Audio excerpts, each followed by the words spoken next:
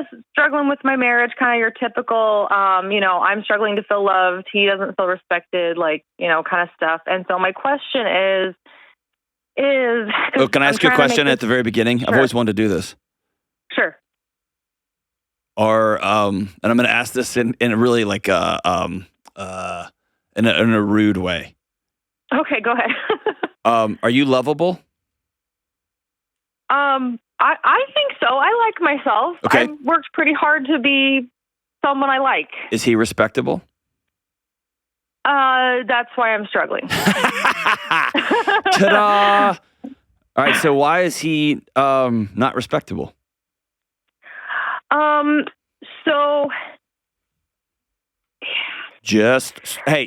already called, so just cannonball, sister. Just jump off the top. I know.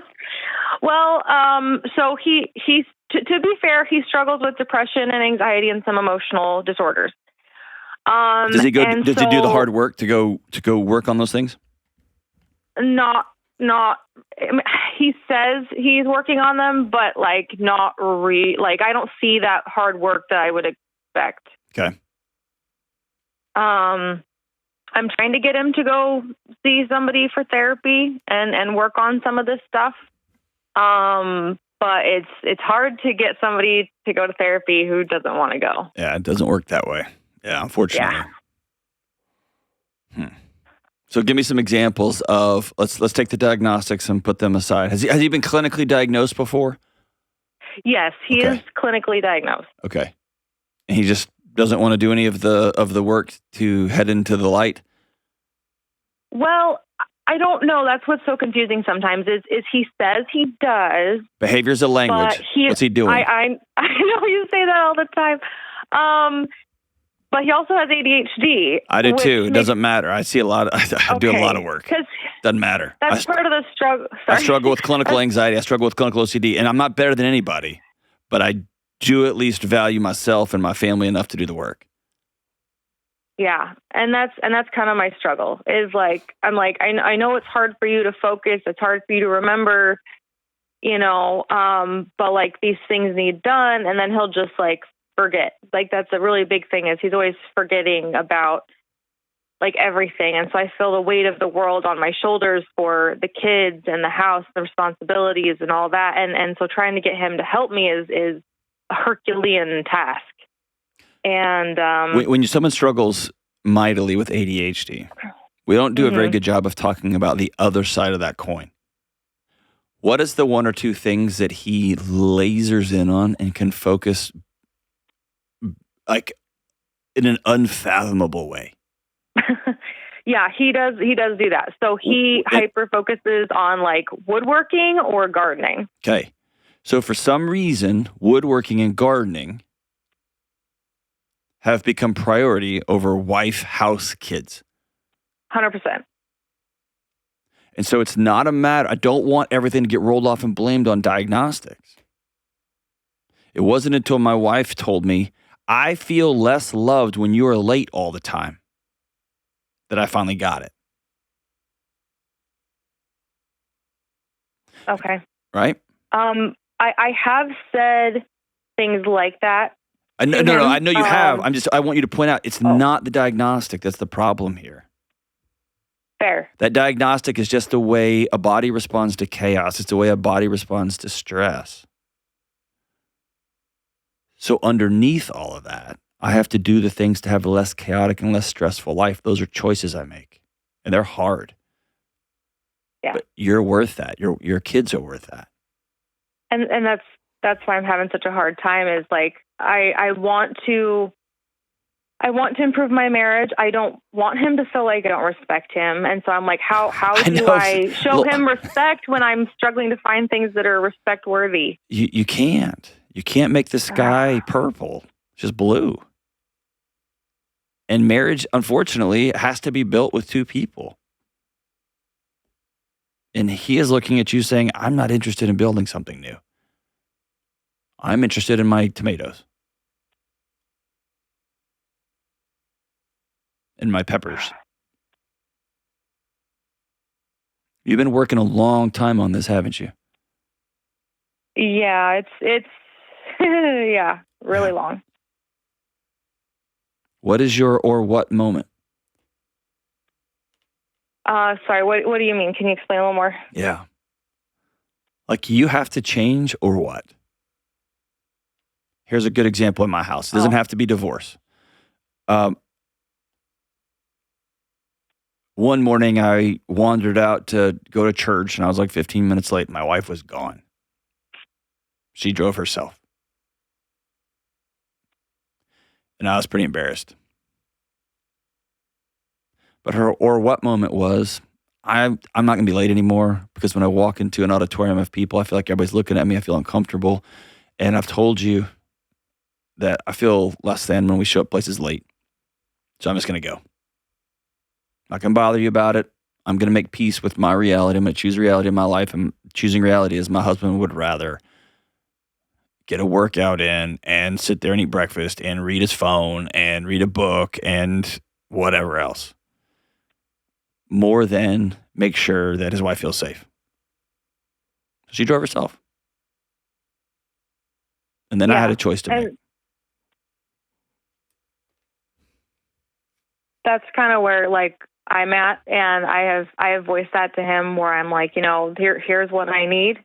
Here's what's got to happen. And he has looked at you with his actions and said, I don't care. So now the move, it's your chess move. What's your move? I don't know. Well, if you're going to stay in the marriage, then you have to decide. Then I've got to come up with a system for managing the house. And I've got to come up with a system for managing these kids. That's you just choosing reality. And what if my systems to manage it all make him upset?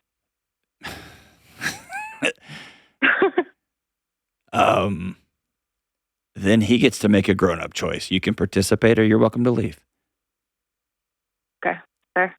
We have an obsession with fidelity being about intercourse with other people. Fidelity is way bigger than that.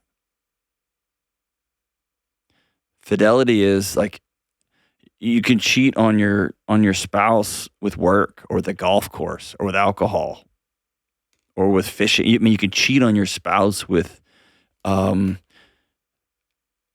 I am going to just simply be a leech on this relationship, a parasite.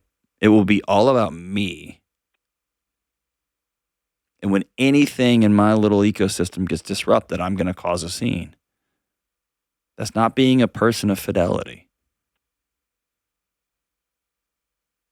And so in your husband's cashed out. Okay. And then how dare he blame you for having to make new systems to keep the house afloat.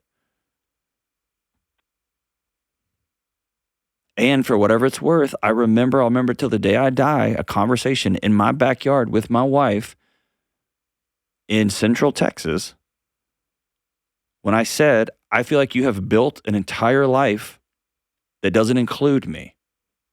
And her response was, John, I had to. You're too anxious.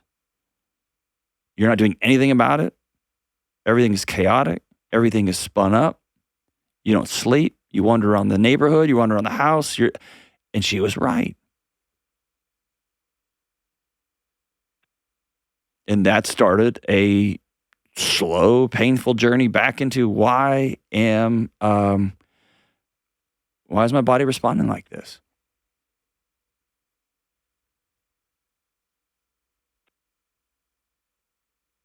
I'm throwing a lot at you. Talk to me. Well, a lot of what you said is like some similar conversations that my husband and I have had where, he's like, he just doesn't feel a part of our family. And I'm like, I want you to be like, and I'll invite him to like come be with me and the kids and come do things with me and the kids. But he doesn't necessarily want to, or, he just wants to have the option to not necessarily come. He doesn't want to be expected to be there. And yeah, that's cowardice, Lauren. That's cowardice. I'm sorry. Yeah, no, that's part of the problem is I want to respect my husband. Like I really do. Like I want that obviously. But it's just like he keeps doing behaviors that are like, how do I respect that? Yeah. So the last ditch, if I were you, I would hand him here's what respect looks like for me. Give him a map. And that might feel elementary, but here's where we are. In counseling, we call it the one up and the one down position. You can lead a house from the one up position. That's usually, not always. I know women who are like this, but it's often men who beat their chest and yell and scream to get their way. That's the one up. And they kind of just bully their way through the world. But you can also bully your way through the world from the one down position. Mm-hmm. You may have people in your life that's like, oh, well, okay, well, I guess I just won't eat then. Then y'all just go ahead. You know what? I'll just stay here since there's no room in the car. And you're like, shut up, right? That is, I'm going to get what I want. I'm just going to kind of just be drippy about it. Yeah. Both of those are bully tactics to get what you want without having to cooperate and co-manage and be vulnerable and love and create something with somebody else. It's a selfish way of living. Somebody who wants to be invited so they can tell you, I don't want to go. Good God, dude. Yeah. Yeah. And also, maybe we've just are surfacing a generation of men who are having kids and are finding themselves 10 years in. They had no model growing up. And they think respect is about feelings, not about action. So cool. Here's a map. Here's what respect looks like. A guy that gets up and goes for a walk, a guy who gets up and exercises, a guy who gets up and makes the bed. Respect looks like a guy who's got a full-time job. Respect is a guy who, if you hurt your back, if you have ankle injuries, or you have anxiety and ADHD and depression, you go do what you need to do to become well and whole. That's the job. And by the way, respect isn't like David Goggins, like crush it and kill it. Yesterday, I hurt myself. I hurt myself lifting. I hurt my back. And my wife said this morning, please do all of us a favor and don't go in there and try to. And I said, I know, I got it. Because respect looks like actually backing off my workout today. I worked out less, right? You see what I'm saying? But it's about doing the thing that's going to keep you whole. Right. Respect looks like, I need your help with the kids. Respect looks like, on Monday nights, we eat at home. On Tuesday nights, we go out. We're just going to be clear for a little while. Here's what you got to be willing to, ready for. He might look at you and just say, no, I'm not doing any of this.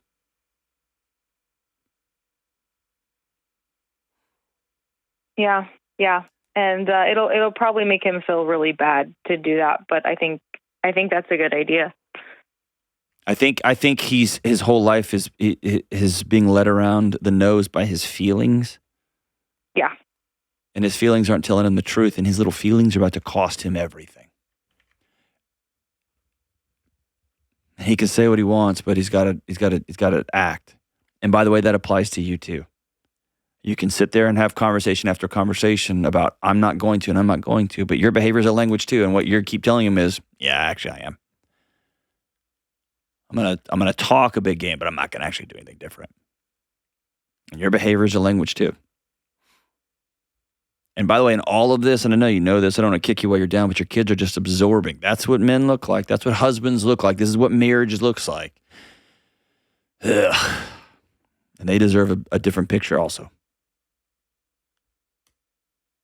But I'd give him a roadmap. I'd give him some really clear in writing. Here's what respect looks like. Your move, Chief. Just be prepared for him to make a move that doesn't really serve anybody. But we'll keep our fingers crossed. Maybe he'll step up.